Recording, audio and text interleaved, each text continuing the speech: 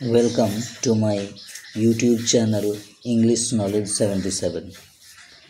গত ভিডিওতে আমি আলোচনা করেছিলাম ক্লাস 11-এর ইংলিশের সিলেবাস ফার্স্ট সেমিস্টারে যেটা 40 নম্বর ফুল মার্কস এটা বলেছিলাম। তাতে প্রথম আছে অ্যাস্ট্রোলজার্স ডে ইউনিট 1-এর। এই অ্যাস্ট্রোলজার্স ডে থেকে কিন্তু 4টে এমসিকিউ থাকবে 4 নম্বর। মানে astrologer's day written by R K. Narayan.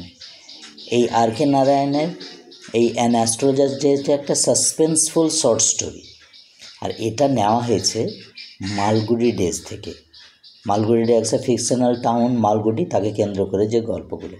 R K. Narayan name হচ্ছে রাসিপুরম Krishnaswami Narayan.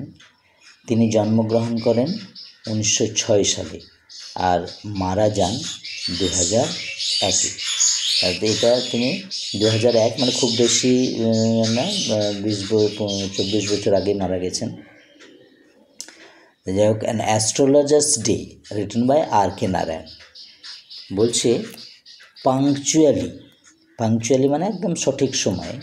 At midday he opened his bag and spread out his professional equipment, which consisted of a dozen cowrie shells, a square piece of cloth, obscure mystic charts on it, a notebook, a bundle of Palmyra writing।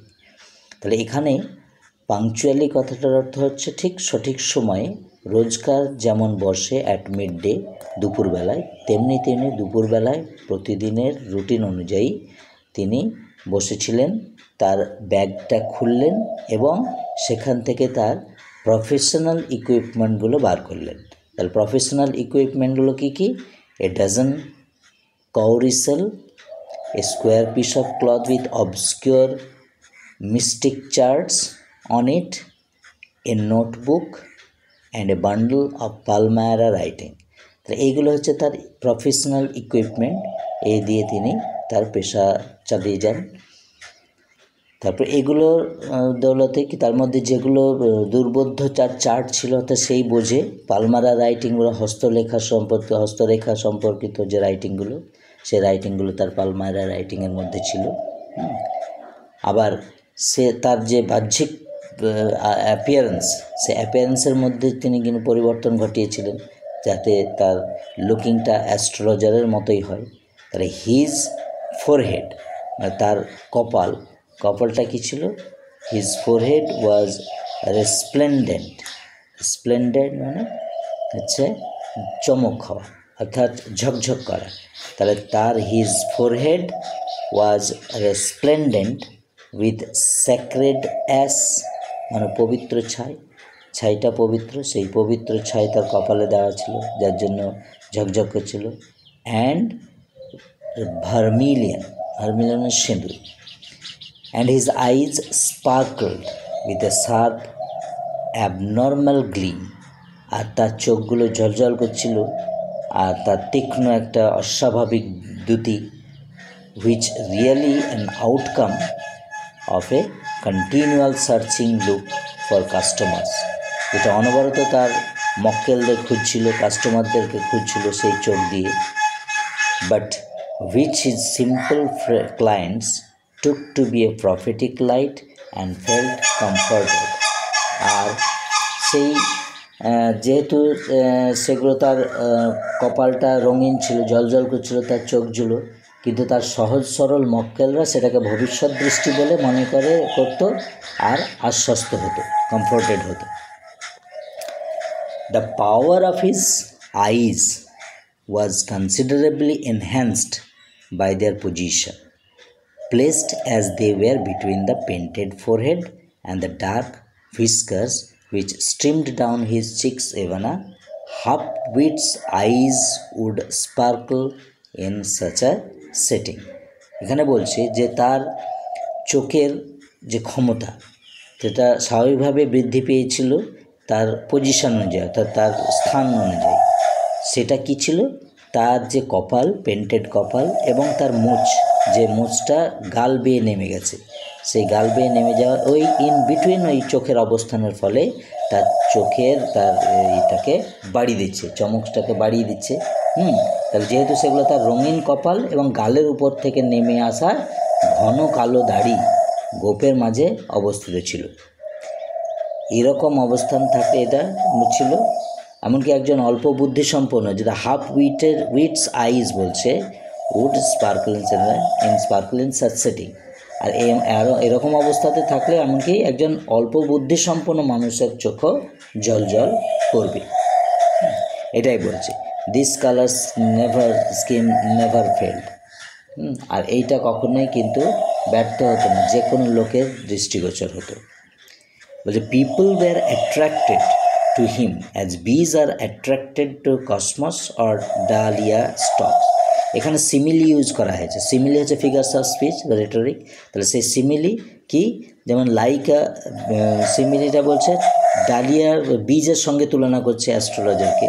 যেমন astrologer বীজ যেমন মৌমাছি যেমন ভিনভিন করে dahlia স্টকে, তেমনি কাস্টমাররা অ্যাস্ট্রোলজারকে দেখেছে, ভিড় করেছিল। এখানে সিমিলি প্রয়োগ করা হয়েছে। তাহলে এই প্রভাব আরও বাড়িয়ে দেওয়ার জন্য সে কী করলো, মাথায় পাগড়ি দিল। মাথায় পাগড়িটা দিয়ে দিল। তাহলে people were attracted to him as bees are attracted to cosmos or dahlia stalks. He sat under the boughs of spreading tamarind trees which flanked a path running through the town hall park. আর ওখানে তো বললো যে মৌমাছিরা cosmos বা dahlia ফুলের প্রতি আকৃষ্ট হয়, সেখানে তেমনি কাস্টমাররা তার প্রতি আকৃষ্ট হয়েছিল। একটা বড় তেঁতুল গাছের নিচে বসতো, যেটা দাঁড়িয়ে ছিল টাউন হল পার্কের মধ্যে দিয়ে যাওয়া একটি পথের পাশে। জায়গাটা অনেক দিক থেকে উল্লেখযোগ্য ছিল।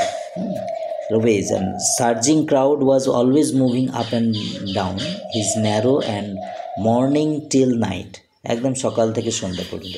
A variety of trades and occupations was represented all along its way. Medicine sellers, sellers of stolen hardware and junk, magicians, and above all an auctioneer of cheap cloth. এগুলো বিভিন্ন ধরনের ভেন্ডারগুলো তারা জমা করেছিল ওখানে পার্কে। Who created enough din all day to attract the whole town. পুরো শহরকে আকর্ষণ করার জন্য তারা তাদের ভেন্ডারের ট্রেড ক্রাইগুলো করছিল। সেই ট্রেড ক্রাইগুলো করে তারা তাদের সামগ্রী বিক্রি করছিল।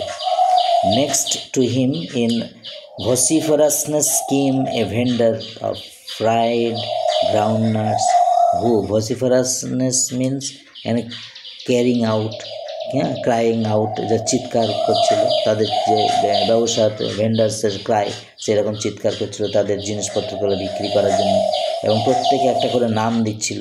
যেমন ভেন্ডার তার নাম দিচ্ছিল কি, a fried groundnuts who gave his ware a fancy name each day, calling it Bombay ice cream প্রথম দিন on day, and on the next Delhi almond, অন্য দিন হচ্ছে Delhi almond, and on the third Raja's delicacy, so on and so forth, আরও অন্যান্য নাম। And people flocked to him, আর লোকেরা তার প্রতি আকৃষ্ট হতো, জমা হতো সেখানে। A considerable portion of this crowd ডেলিড before the astrologers two, শুধু ভেন্ডারদের কাছে নয়, এরও কিছু অংশ অ্যাস্ট্রোলজারের কাছেও জমা হতো। The astrologer transacted his business by the light of a flare which crackled and smoked up above the groundnut heap nearby. আর পাশে যে গ্রাউন্ডনাট বাদাম বিক্রেতা, তার কাছ থেকে আলো তার মধ্যে আসছিল।